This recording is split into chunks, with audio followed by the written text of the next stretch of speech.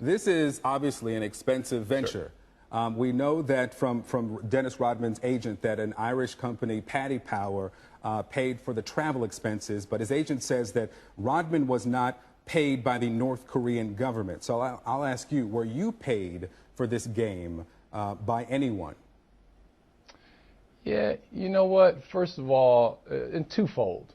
One, absolutely we were paid. It wasn't as much as, you know, the guys usually get paid when they do stuff with me or our group, but absolutely. I mean, the guys, all well, how of us much was are it top then? in the world. It's a question I typically wouldn't ask, but how much were you paid? Let me finish answering the question. Go ahead. There's no different than a top CEO of a company retiring and becoming a consultant. So if anybody has an issue with us being compensated, that's absurd. How much were you paid? And that was the answer to your.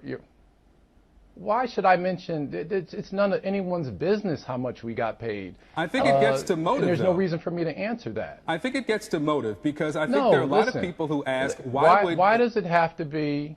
Why would a person go to North Korea for a birthday gift for Kim Jong-un?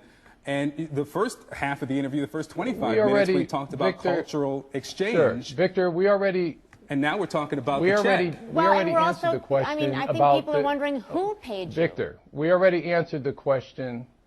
We already answered the question about the birthday date and all that. So we're beyond that. Okay. But what I'm saying to you is, why would anybody have an issue with us being compensated? Now, who compensated us?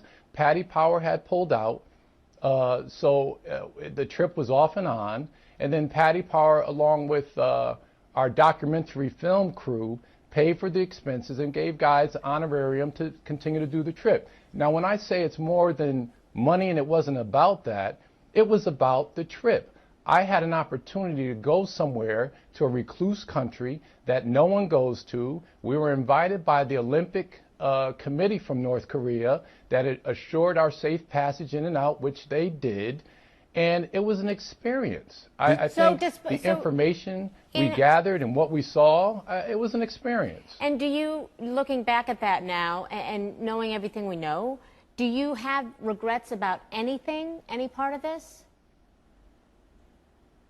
No, I have no regrets at all. I think I spent most of my time with a gentleman by the name of Ri Jung-moo, who was the sports minister there in North Korea. We shared a lot of stories about, he played soccer there in North Korea. We shared a lot of stories about sports and how they train and different things. And I believe, I don't know in the foreseeable future, but I believe that there are going to be positive outcomes from this. And there are already